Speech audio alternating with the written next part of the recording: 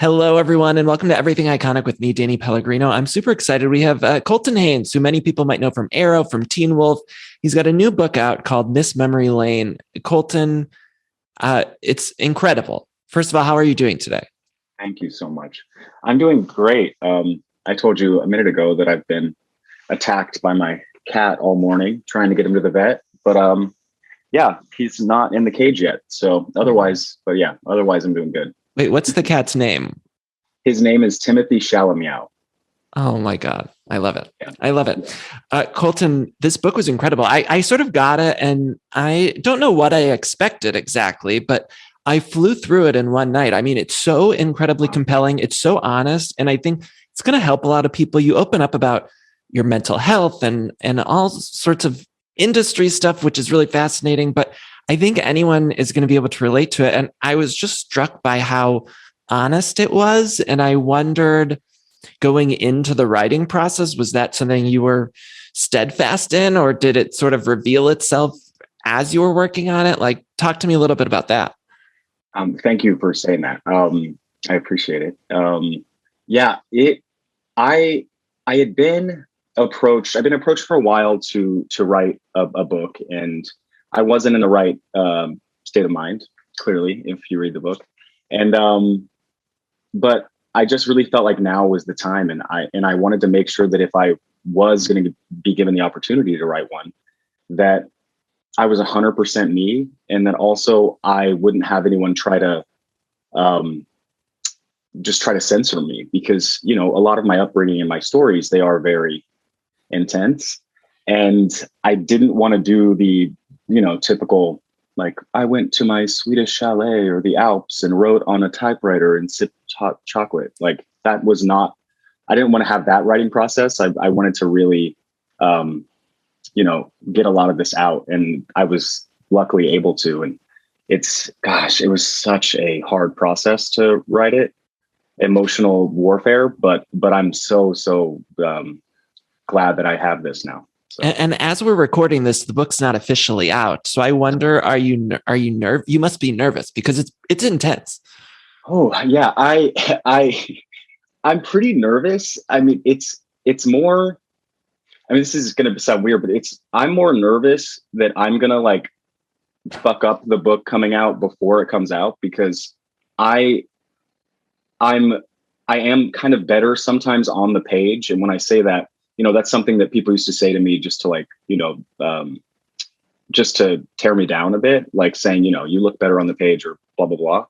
And, for this book, I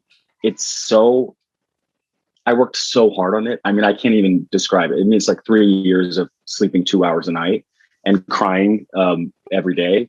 But I'm more afraid and nervous of doing press for the book, because in the past, a lot of times I've done interviews and things like that. And in my personal experience, I know it's not the same for everybody else, but,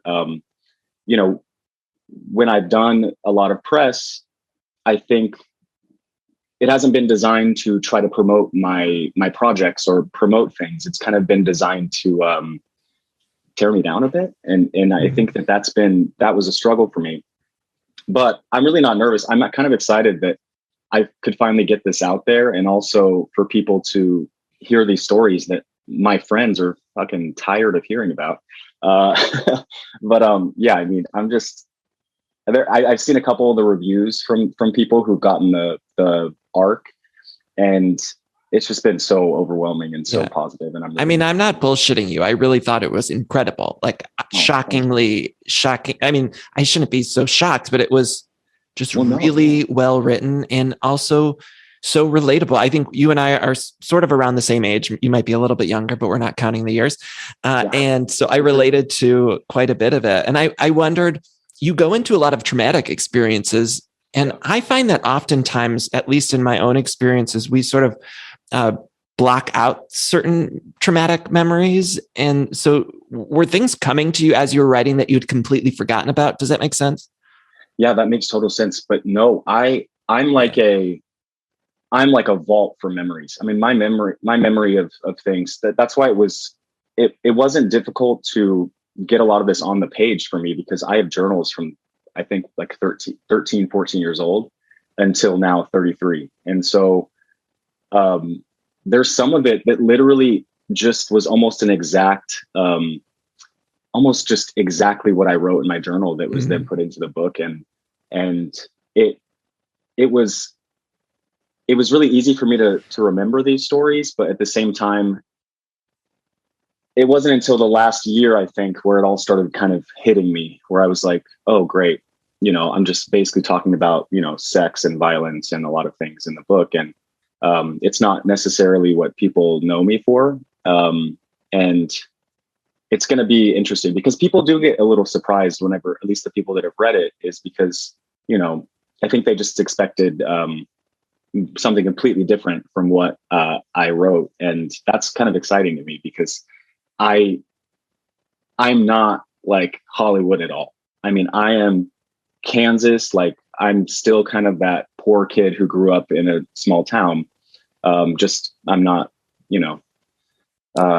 in Kansas. In Kansas, thank God. But yeah.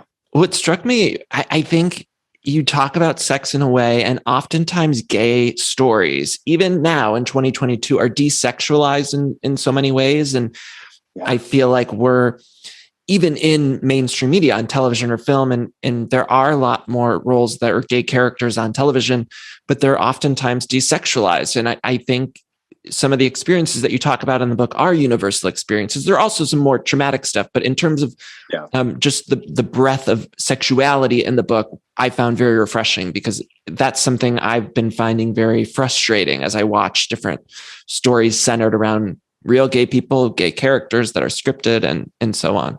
Yeah. And I definitely agree. I think that it's when you grow up queer and, not getting the attention that sometimes you need and just feeling like you're completely different from everyone else. I think oftentimes you search for, or you're willing to do anything you can to get love and attention and affection. Yeah. And unfortunately, sometimes that does come with sex at early ages for a lot of gay people. And I think for me personally, I'm not speaking for everybody else, but I always felt like an adult at a very young age. And not to be the like, oh, I'm, not to be that kind of that person, but I was doing very, very, very adult things at a very young age. And that then all ended when I moved to Hollywood and, locked that side of me up. And now I'm just like wanting to get back to those days of like feeling free and like feeling just uninhibited. But unfortunately, it's a little harder now, but yeah. It's fascinating now with this conversation about schools and talking about gay stuff in schools and everything. And what I think back on in my youth is how important it is for there to be representation everywhere, because I remember, I think young queer people will find the sex stuff in whatever way they can.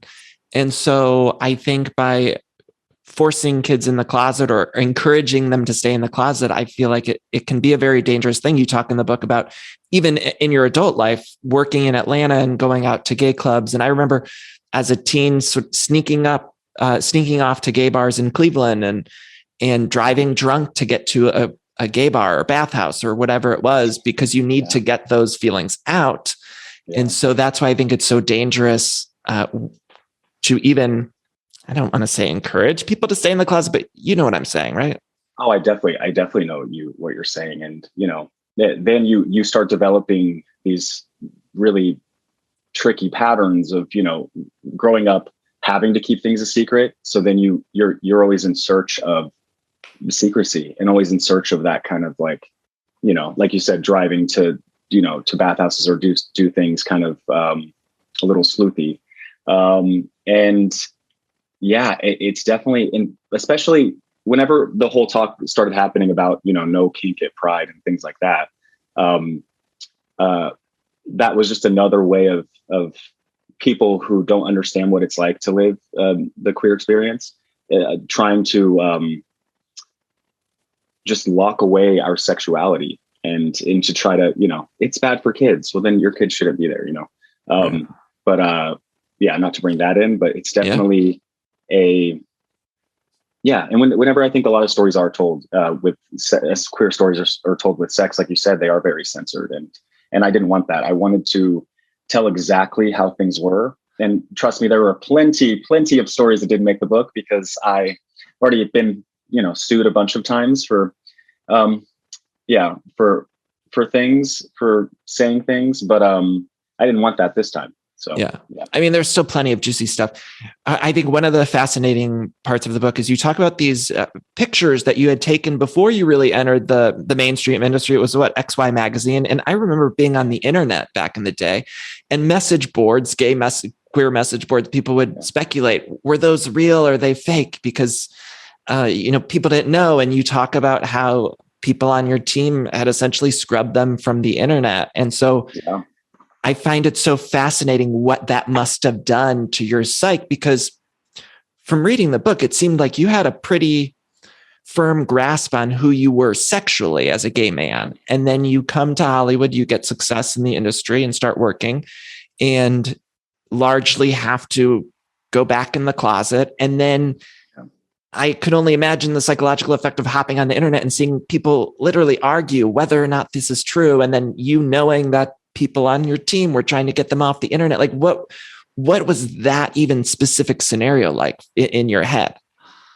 It was, I think that's when a lot of my my attempts to numb out everything started, was when I first moved to LA, being kind of, when I say force, it was just saying basically your dreams will not come true if you are the way you are. So you have to change everything about yourself. And that, at the time, I was like, you know what, like, fuck you. I'm going to use this as fuel, and I'm going to succeed no matter what any of you think. And when that happened, then the added pressure and added complications of being in the public eye came into play. And that's when my numbness started. And I started, using drugs and alcohol. But with that specific scenario, it was the hardest thing for me to, like, I genuinely didn't know if I was ever going to be able to come out, because it was tricky, because I was out to close people and my friends and my family, but the public was so heated about everything that was going on with my closeting, which now I finally understand. Like, I was promoting a message of, you can be, don't be either feminine or I was promoting the only way that a person that was gay could be, which was try to put yourself up and try to do things like that. And that was a really bad message I was sending to a lot of people. And that's why I understand that some of the backlash came, which rightfully so. I totally agree. But I think looking back at it all now, that I feel like I can kind of pull out and be like, wow, that was really intense. It makes me emotional because I see it happening to people currently, and in the media and things like that. And it's so funny, because to feel like I was on top of the world, and my career was just, I was at every opportunity right at my fingertips, and then right when I confirmed everyone's suspicion, I lost everything. And so and I was also a laughing stock online, and I was the butt of every joke, and it was mostly coming from our community. And that was hard, that was really hard for me. But I now understand that I do have, I'm able to focus on the positive as opposed to the negative now. Yeah. So. But also, I mean, devil's advocate, you're not one person can't be entirely responsible to behave the exact right way. And so, for sure. Yeah. I mean, yeah. And I was going to get to this later, but so at a certain point, there's like a Tumblr post where you allude to the fact that you're gay, and then you officially confirm it in Entertainment Weekly in 2016. And it did get a lot of backlash. I mean, there was a specific interview with an actor from an ABC show, Noah Galvin, who had given to Vulture, and he had said some pretty nasty things. I think I wrote it down. He said it was pussy bullshit, which was not nice. And everyone kind of comes at that whole, I reread that whole interview, and it's completely unhinged, that whole thing. But you had responded to that. And I wonder, did you ever have any contact again about that situation? Did you two privately chat about that or anything?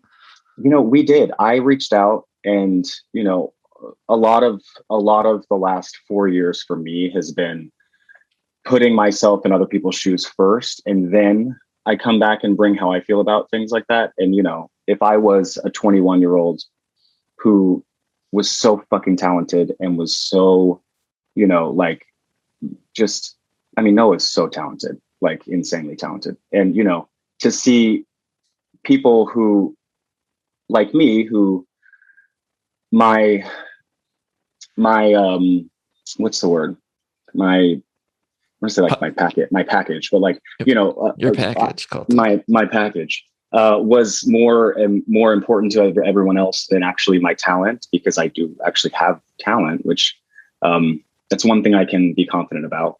But I can understand why that would piss anyone off. What he said was not true. He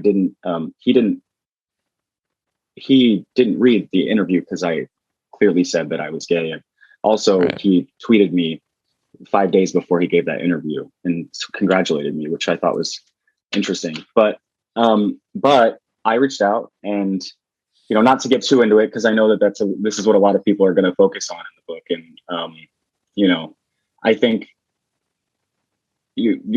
gay fights and all that stuff, it can be distract from the message. It's really distracting. Yeah. And I reached out, and I just was like, look, I know what that must have been for you, because seemingly he lost a show because of it and things like that. But there was also equal amounts of praise from his side, because there were people that were like, fuck Colton. But I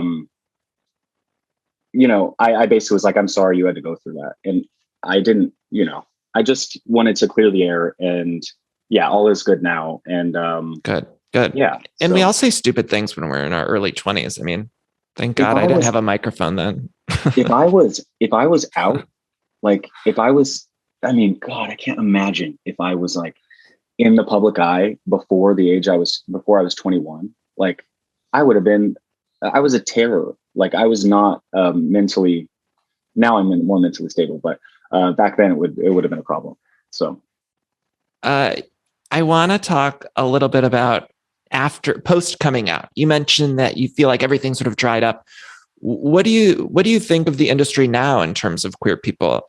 Do you think it's better than even in 2016? What's your experience? Oh, I do think it's better. Well, it's funny. We still got a ways to go. It's like I do and I don't. I mean, it is really nice to see that there are a lot of different types of queer people being celebrated now, and it's not just the crop of people that stereotypically good-looking gays. I was going to say the Ryan Murphy gays. I love Ryan Murphy. But I've seen that meme. Oh yeah. Y'all look alike. That's really exciting for me. I definitely, for me personally, there were a lot of other things going into it. I did have like a complete mental breakdown. I did get married, and I was very public with everything, but I was in a spiral. And but that being said, I went from auditioning and playing roles that were very, very leading man, kind of masculine, and auditioning against other straight men and getting those roles. And now I'll get 5 auditions a year to play the gay best friend. And yeah, it's definitely, it's interesting. It's interesting how when the public can kind of, I don't know, the perception from the public and how that kind of plays in Hollywood is pretty tricky. But yeah, but it's all good. It's all getting better. But I do think there could be a lot more change happening when it comes to queer representation in Hollywood, for sure. Yeah. You write about sexual abuse at a young age, and I'm curious, have you had contact with there specifically an older family member? I believe you said when you were 14 in the book. And did you ever get closure from that? Because when I was reading it, it seemed almost unfortunately open-ended to me. Well, the family member, it was my uncle who's since passed, and I was 6. And then he passed away, and my family knew about it, and it was one thing before my mom died that she was very, very worried. She didn't want me to talk about that, and she couldn't quite understand that when I would say, this could possibly help a lot of people, that she just couldn't understand it because she was so heartbroken by it. But when I was 14, I was involved in it kind of started 2 years earlier, but that was more mental. Involved with I'm trying to think. 40-something man, right? Yeah, I'm trying to think of, because I had to slightly change things, just names and things like that, just to protect. Sure.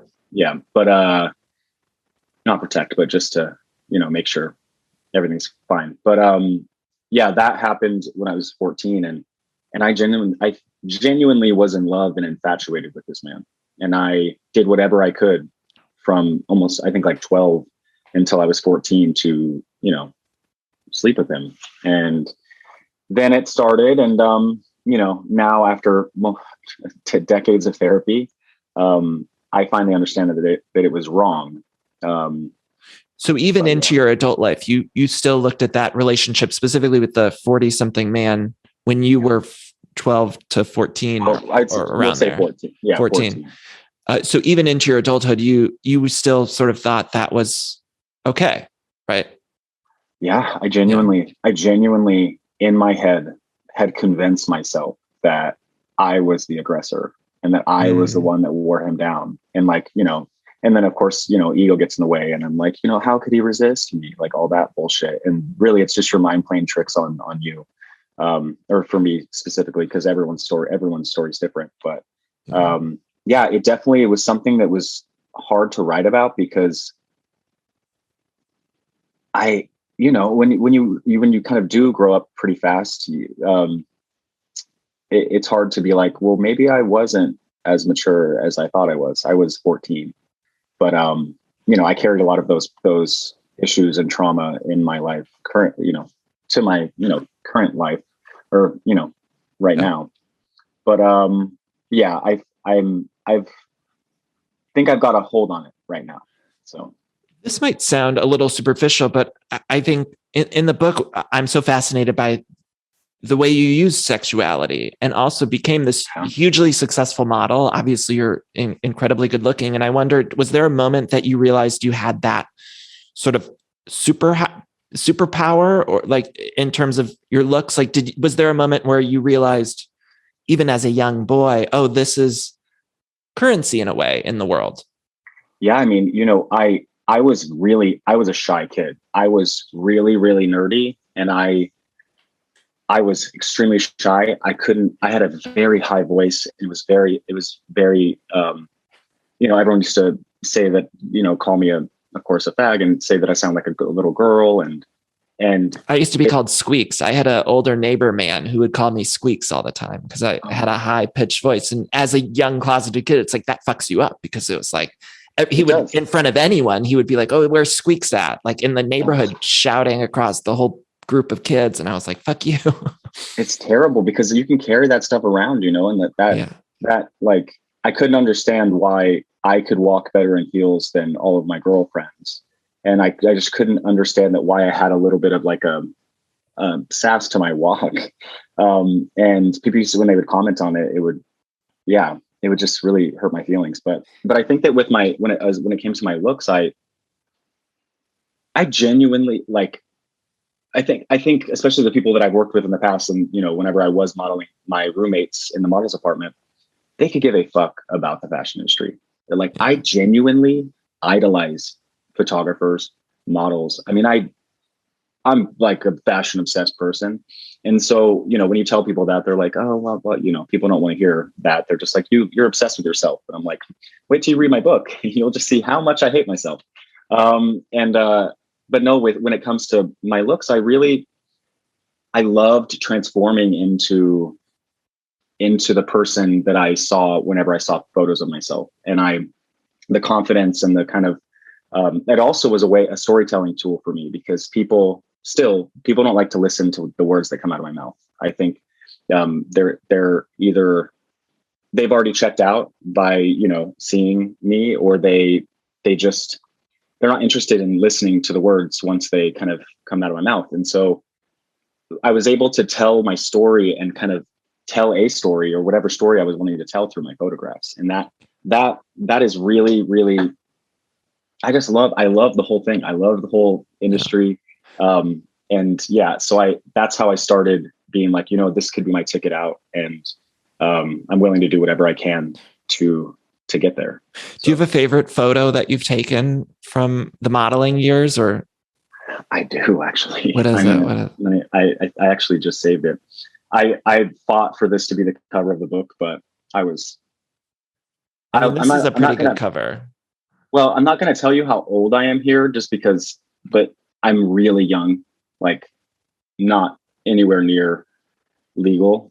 But it was, I explain it in the photo shoot, in that chapter in New York, how, you know, I worked with a photographer who I just adored and didn't treat me. He didn't treat me the way that most people treated me. It was almost as if he had gone through the same things that I've been through, even though I was in a very sexual position in the photo shoot. But I wanted this, but of course they're like, no one will be able to carry that book. But I'm wearing underwear, but I'm wearing a collar. I love that photo. It's beautiful. But I'm very young. But so how old are you on the cover in this book? I'm in the cover of the book. I'm 16, 17. Yeah, 16 or 17.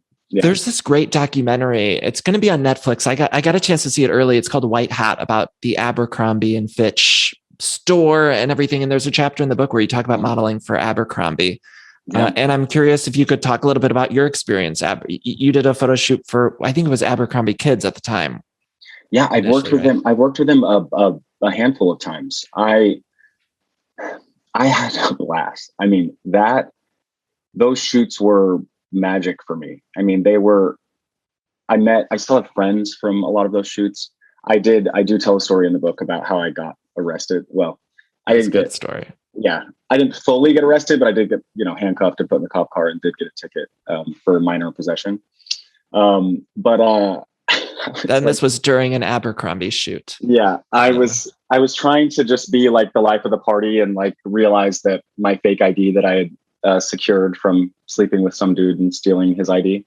I was trying to make everyone like me. And that's something that I still, that I've done my whole life, is I'll do anything if people will just like me. If people will think I'm funny, if people will just. What's your sign, Colton? What are you? I'm a Cancer. Okay. What's your sign? I'm a Libra. I feel like Libras are people pleasers. So I feel I'm similar in that way. It's like, I just want everyone to I want the balance. I want everyone to get along, everyone to, everything. That's exactly aesthetic. That's like me. I mean, I'm definitely, I don't really see people a lot because I don't leave my house, but I am very, very that. And so, yeah, during the shoot, I had a little party in my room and got arrested. But no, I mean, those experiences for me were just always great. And getting flown to like different locations and getting to meet these kids who were just like, who had that same longing or that same light that you did, and probably came from areas just like you. I don't know. It was just magical to me. It was really, for me, I mean, to be completely honest, my passion was to be a model. I'm going to be straight up. Like I was acting, and I've said this before, and it's a little hard to understand, but like, I genuinely love everything about the making of the photo shoots and things like that. And that kind of helped me get into acting. And it used to piss me off when people were like, "You're too short. Like, you should be an actor." And I'm like, I'm going to model. I'm going to be in a photo shoot with Kate Moss, you fucker. Like, What do you mean? Don't tell me to act. But also you got the jawline. So that's the most important thing, I think. I mean, it's now it's just, I know that you can't, in the book, you even say that legally you're not allowed to talk about the public marriage that you had. And I of course don't want to ask you about that. I'm just curious, do you wish you would have been able to discuss it, or did you write the book and say, no, I was able to tell the full complete story without that? Does that make sense? That makes total sense. I'm really glad that I wasn't, that I'm not able to talk about it, just simply for the fact of it's not until pretty recently where I've finally dealt with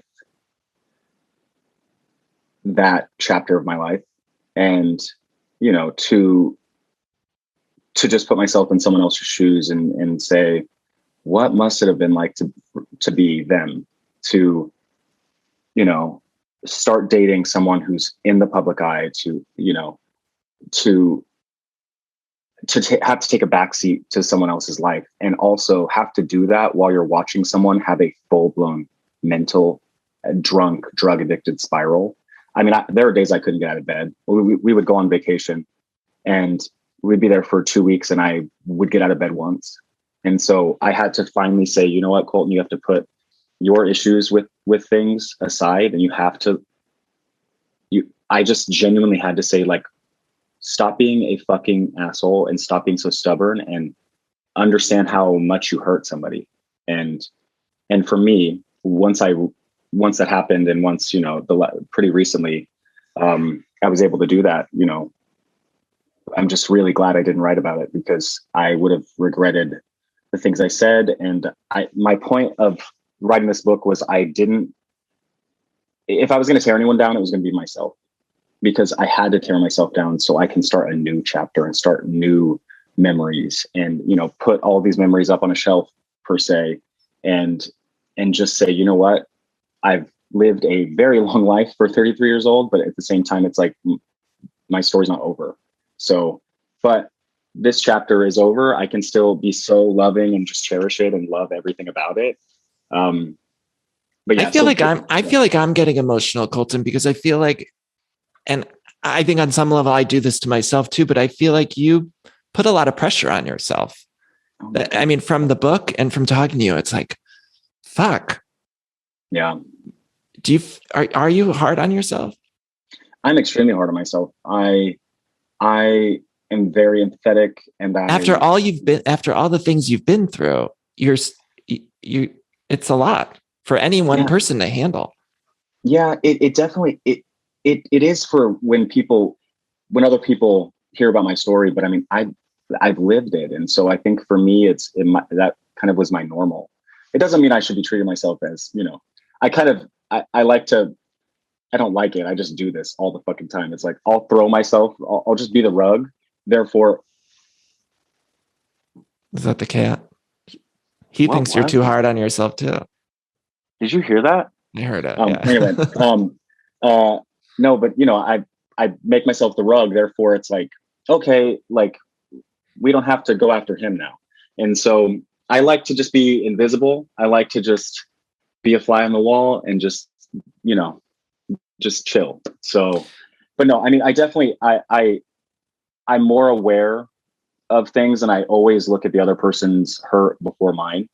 But yeah, I don't have any problem doing that. So, but Colton, we need you to look at your own hurt first sometimes. I do that. Right? I do that. Like, what's the thing? 3 times a week. 3 times a week. I'm in every program you could be in. I'm saying it to remind myself too. Like, this is me doing my own therapy. That's what I like. I'm glad you said that, because that's kind of what I want. I wanted to be a mirror in a way, for me to be like, okay, I have no problem offering myself up and being like, here's my problems. Like, maybe everyone should start talking about theirs, because it would have helped me. And the people who have talked about their problems and acted as a mirror for me have helped me.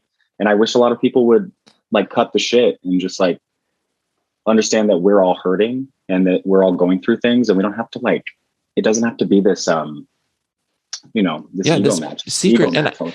And I think what's one of the other parts of your book that I really loved is you open up about mental health. And I think that's one of the most important things we can all talk about, because oftentimes if you're going through anxiety or depression, which I suffer from those as well. And I've noticed on my show, opening up about those things, I hear from other people who don't have the exact same experience, but they have similar experiences, and say, oh, I went through a similar thing like that, or I had a similar experience with anxiety or whatever. And it makes me feel better. It makes them feel better. And so this dialogue that we can all have, and and you talk about your mental health in the book specifically. And I want to ask you about this during the time of Arrow. You're on this huge CW show. Yeah. And it's one of, if not the most successful shows on that network at the time. You're one of the lead actors on it, and you step away from the show. And so tell me about that experience, or was that when you became acutely aware that you needed to take a step away, or was there one turning point? Yeah. When I made the decision to leave Arrow,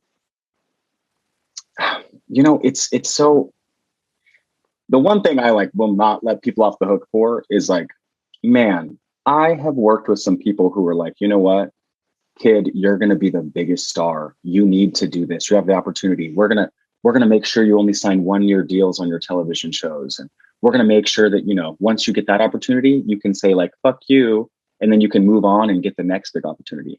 Meanwhile, I'm this is a great gig. I love everyone here. And now you all think I should leave because you think I'm going to be this big movie star. And I'm oh, well, joke's on you. And also I'm the one affected by this. And so a lot of it was, and the same thing with Teen Wolf. It's you know what? Now everyone knows who you are. So, you have to chase the next big thing. You have to be relevant, and, you have to just be a big star. And I'm if I go do a fucking Lifetime movie, I'm making more money than I was doing relevant shit anyway. So it's what does relevant mean? Right. Yeah, we all, I joke with my agent now, because I'm remember when we thought, I was going to be this huge thing. And then my career took a different turn, and we joke about it all the time because it's just not my prerogative right now. I want to be happy. I want to figure out how to get my cat fucking brothers and sisters that he's a fucking asshole. I just have a different lease on life. And I'm just so happy that I'm alive to feel these things. And also I'm not out here chasing to try to be the next, big star, because I know what sometimes that can entail. And if that happens and I'm having fun, and I just want to enjoy what I'm doing. I want to move to Palm Springs. I want to eat donuts, and I literally just want to chill. I don't even remember your question because now I'm ranting. It was about the anxiety and depression on Arrow, but I want to say, I always think the dream would be to get on. I would just want to be on a sitcom for 10 years. I always think when I see these actors who they're I want to leave the show. I'm you stay at that fucking gig. And for a sitcom, particularly because the hours are great and, it's less intense than a 1-hour drama, but I'm you stay at that fucking sitcom for 10 plus years, earn all the money, and then you could do whatever you want with the money. Well, it's funny because now I'm shit. I want to do CSI West Hollywood. I want to be Lieutenant Duquesne or whatever, and just do a show for 10 years or whatever. That's my goal now.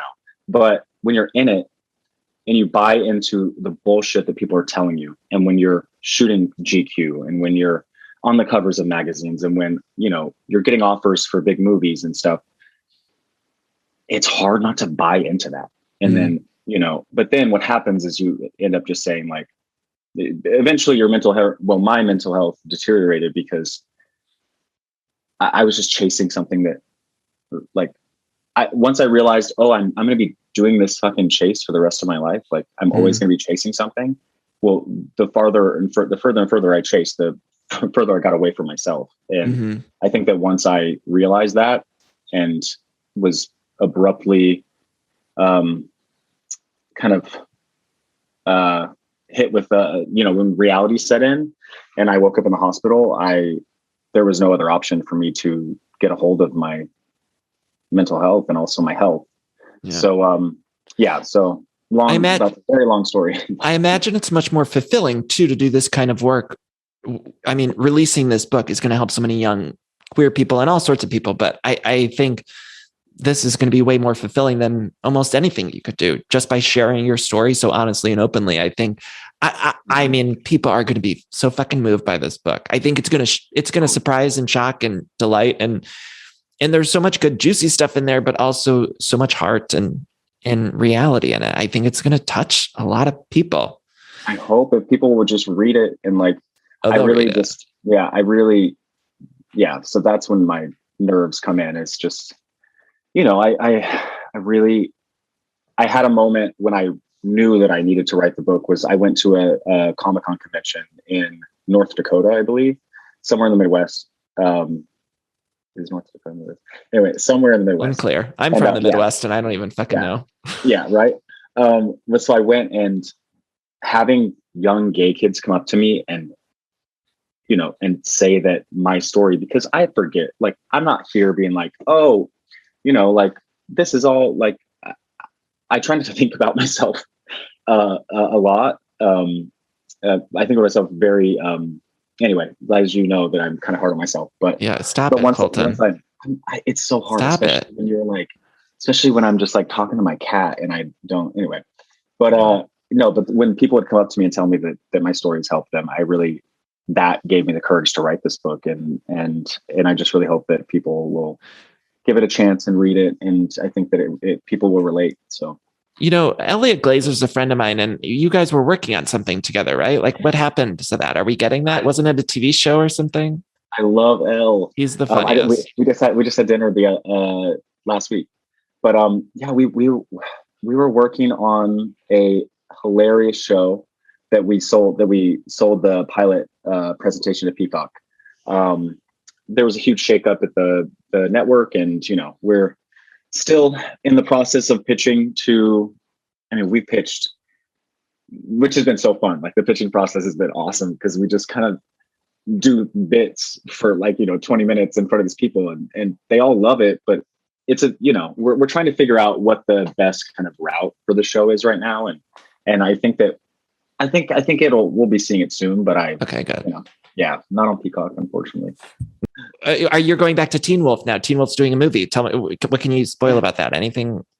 Yeah, I just got back from Atlanta. We're in the middle of filming right now, and we did a week in LA, and now we're in Atlanta. So it's fucking wild. Is it a mind fuck to go back? Because the first time you worked on Teen Wolf, it's written about in the book of your experience in Atlanta, and it's so compelling. Yeah. I don't want to spoil it, but is it a mind fuck then to go back to that environment surrounded by those same people, but you're in a completely different place?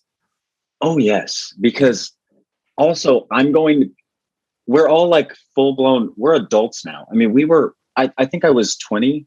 Maybe I was 20 when I started, but then, a couple of other characters were teenagers, but that was college for us. And we were, I've worked on a bunch of different projects and shows and stuff, and, everyone says they're close to their cast, but I've never met anyone who is as close with their cast as the Teen Wolf cast. We are literally family. And so to be back with them has been it's been so awesome. And just like to be back on set, and also to be in Atlanta when it's not fucking freezing, that's a plus. So yeah, we're having a lot of fun, and it's so cool to get to go back into something like that and feel like, and have your kind of Friends moment. Like, we feel like we're the cast of Friends, because we always used to call ourselves that. And I was always Joey, which I always thought I was Ross, but I was going to say the Rachel. That would have been awesome. But I think Crystal was the Rachel, but Holland's Phoebe. But I don't know. But so it's nice to be back with them, and it feels like we were just on hiatus for a month, which is wild. I got to ask two shady questions. Number one, there was an Arrow co-star that was tough to work with, you say in the book. I did? I think so. I hope I didn't make that up. Was there a young lady on, or was there someone you've worked with? Maybe it was in a different chapter or something. Is there a young lady that's very difficult to work with that you can tell me? Well, I don't remember. I mean, I was going to look in the book, but what's inside of this book is actually Anna Kendrick's book. It's just this was the copy they gave me. Just to have in the background of my zines. Right. So maybe someone Anna Kendrick worked with was maybe that's the I love Anna Kendrick, but no, I mean, who knows? I don't remember that. What about the director? There was a director in the book you referenced having, I mean, I don't know how else to say this really, but a very, an open butthole. That story was wild. It was wild. I think I know who the director was because I think most people is it who everyone would think? No, everyone is going to, that's one thing is everyone's going to have their ideas of who they think people are and all this stuff. But for me personally, if someone's hurt me, I don't want to hurt them back. Yeah. It's almost better for me just to be like, you know what, that going through that and putting me through that bullshit and that, situation only made me get stronger. So as I'm quoting Kelly Clarkson. No. I love Kelly Clarkson. We're not allowed to jog to Kelly Clarkson anymore. I don't know if you saw SNL. Wait, no, I missed it. What did he say? Bowen and 80, they told us that we are no longer allowed. It's out to jog to Kelly Clarkson, even though she's my freaking queen.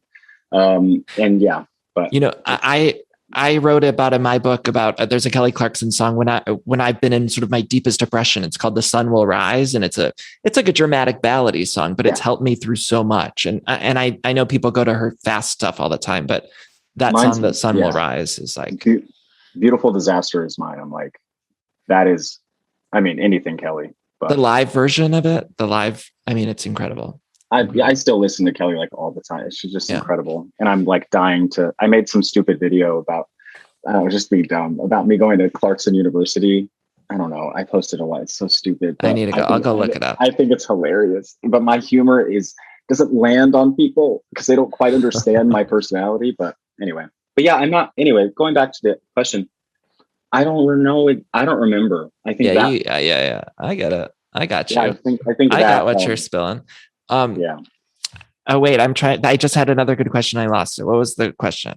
I'm good at doing this. Oh, do you still think there are a lot of closeted entertainers in the industry? 100%. Yes. Yeah. I think, there are, I think, and it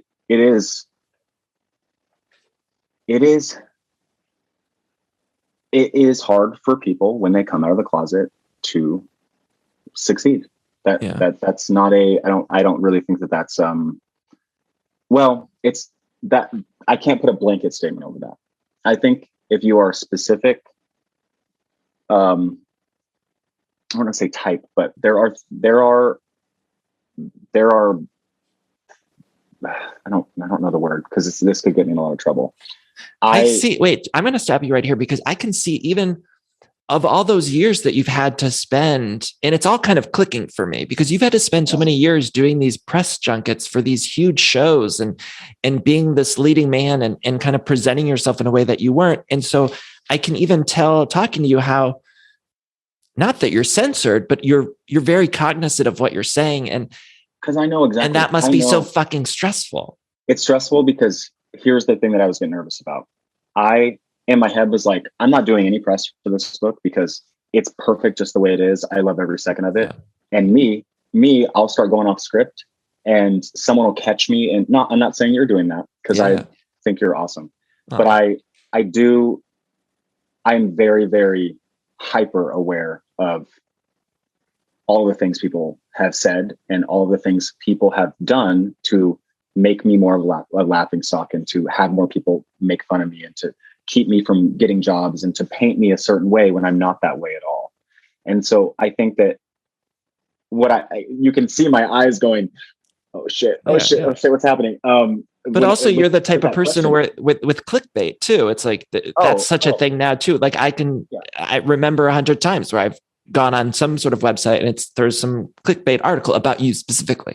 And when it has nothing like that's what that's my biggest fear is because this is such a raw emotional book. And it's literally like being pulled right from my journal. Like, and so when questions like that do come up and I say blanket statements, it's such an easy thing to pull from. It's people will be like, oh, you said this. And then, oh, well, what about this person came out? And I'm like, well, that person is not, we're all different. And but I'm also not encouraging people to stay in the closet. That's not at all what I'm doing. Because I think it'll be more beneficial for their health. Who cares if people don't want to hire you anymore? Yeah. But, I think that if things keep hopefully changing, then that won't be as big an issue. I really think this book is going to free you in so many ways because it's just going to be, it's so honest and raw and open. And I think it's going to help so many people see you in different ways. And I'm just, as a fan of yours and as an onlooker and an audience and someone who loved this book so much, I can't wait for that because thank you. I feel like you deserve that. And I'm excited. Thank you. Okay, quick little lightning round ish, or however long you want to take with these. If you were choosing for People Magazine, Sexiest Man Alive, who would you choose? Oh shit! Oh, I'm so bad at these because I'm just like, who would I choose? Sexiest. I'm in a Channing Tatum mode right now. I mean, to me, he's really everything. Because also, I love the way he moves and everything. So if that helps spark anything within you, he followed me a month ago. Oh my God. I've never met him. I'm obsessed with Channing Tatum, and my fucking delusional ass was like, we're dating. I was like, well, first I was like, well, he's dating a friend of mine. And so I wait. Yeah, you're like, I'm gonna be a Magic Mike. Yeah. I'm like, wait, is that public? That's public, right? Magic Mike, or no, that he's dating Zoe. Yeah. Yeah. It's okay, public. Cool. I'm like, great. Colton outs them. Now my head. Yeah, they went to the Met Gala together. So it's that's public. True. Yeah. So fucking followed me. My dumbass was like, I'm gonna be, in Magic Mike 3. But no, so I'm thinking about who Sexiest Man Alive. Fuck, it just changes all the time. Who would you say is like the hottest or the, not even the person you're most attracted to, but like the best looking male model, objectively, just as like a fan of the modeling world? For me, and I know you love, like, in the book you talk about Kate Moss and some of the women, but I'm curious, like, male wise, who do you think is really just stunning? It's so funny because I'm more captivated by female models, but obviously, like, the John, I always say his name wrong, John Courtland. Oh yeah. He's super attractive, but I think with celebrities, it's like, of course, I want to say Jason Momoa, but hasn't he already been People's Sexiest? Yeah, he could be it again. They could be. I think Brad Pitt's won a couple times. He could win it again. Of course. And then also there was one on the top of my head, Ricky Whittle. Do you know Ricky Whittle? Ricky? Yes. Wait, I can't picture. I know the name. I'm sure if I look it up. Yeah. This man just tortures my life. I happen to know him, and it's like he's like one of those people. When you meet someone and you're like, oh, they definitely are into me, but they're just like straight, or they just aren't.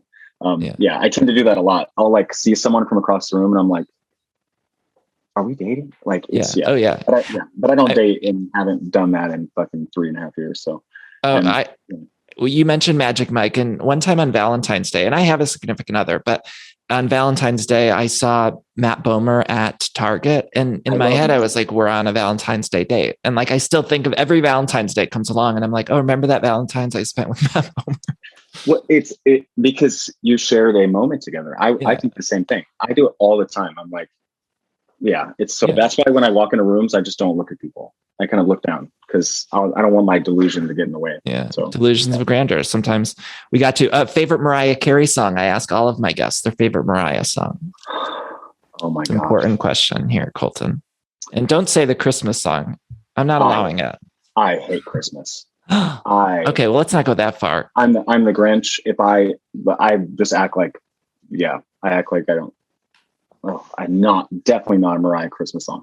Okay. Oh my gosh. Oh my gosh.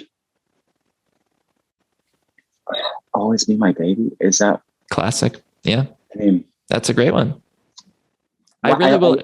I'll accept any answer. Like Dream Lover. Dream Lover. Yeah. Yeah. Dream Lover. I love that. Song. Butterfly. Well, that's the album. Mm-hmm. I remember stealing that album from my sister and like walking around in her like clunky, like Mia, like heeled sandals all the time. Oh my God. I love that. Anyway, but. Okay. JC or Justin? JC. Yeah. Yeah. I was always a JC. I feel like you should play JC in some sort of NSYNC movie. So do I. I'm part of their fan club to this day still. I have, no, like this is just on hand. This was not a plan for everyone who's watching and listening. I have Wait, you're pulling up some literal NSYNC merch from the fan club. Like, look, like this literally like, okay. Look at these pictures. This is amazing. Okay. JC, you could play him right there. Yeah. And so get this shit. I used to stand in line at Walmart to get their albums for like 5 hours. And then I became friends with JC. And it's still the weirdest thing in the world. Okay. He's my turtleneck prince. What's going on with JC these days? Because I legitimately love that man. And what is turtleneck? Is that a thing I don't know about? No, I just call him my turtleneck prince because he used to always wear turtlenecks. Remember back in the day, he always was in like, he always looked so fucking good. No one looks better in a turtleneck than JC Chazet. No. I mean, stunning. And I miss him and I need him to give us some public stuff. I've become friendly. I've become friendly with all these like accounts on Instagram who are like JC, because I posted about him a few times. And so some of these accounts that are these JC fan clubs, and they're all, I mean, like in their chat sometimes, and I see them and everyone's wondering like, where is JC? Like, we need him to come back to us. He was the true lead. Yeah, he's so talented. And, you know, I was lucky enough to get to know him for a while, and I haven't seen him in like a couple of years. But I think, you know, it's hard, like being that talented and things like that. And also it had to have been hard, right? To like have someone who is in the group kind of become the biggest, you know, the biggest thing. And also there's all these things with like the way labels are pushing one person and not. So no disrespect to, you know, sure, to them, but, you know, maybe we haven't seen the last of him. I hope not. And I would love to play him in the movie.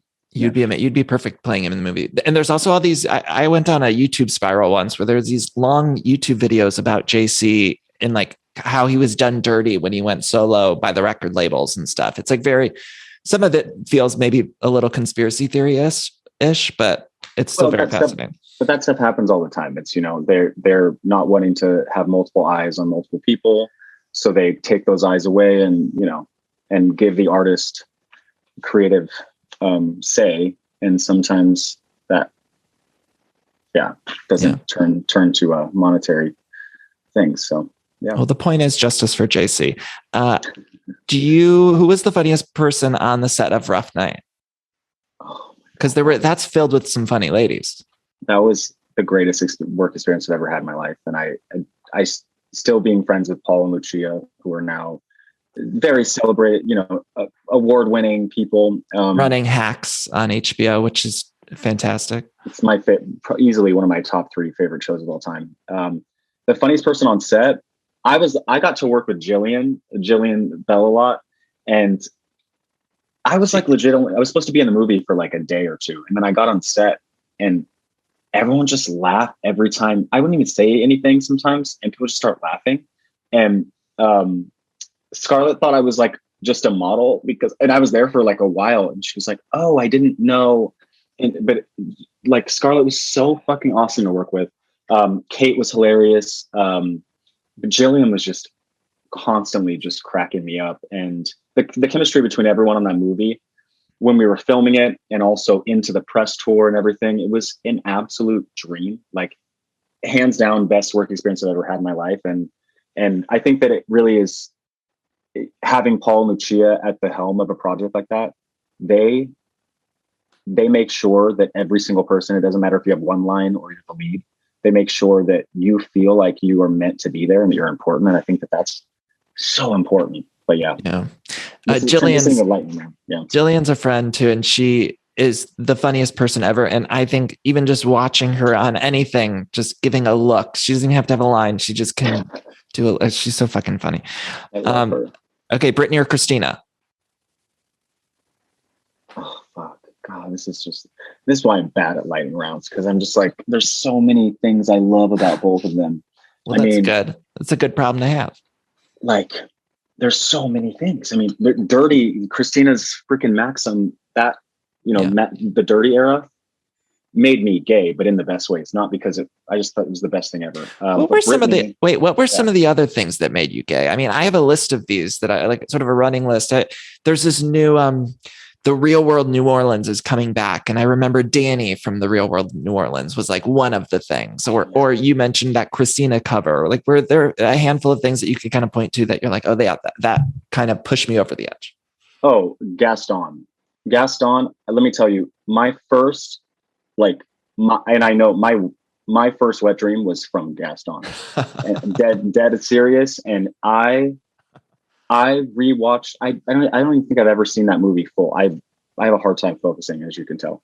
But Gaston. Oh my gosh, Maxim and FHM. Like, for some reason, not because looking at the women made me gay, but I was like, they are the most powerful people I remember just being like wanting to either be them, or also just like the confidence that they were, that was kind of being shown through the photographs was just like a total gay heaven for me.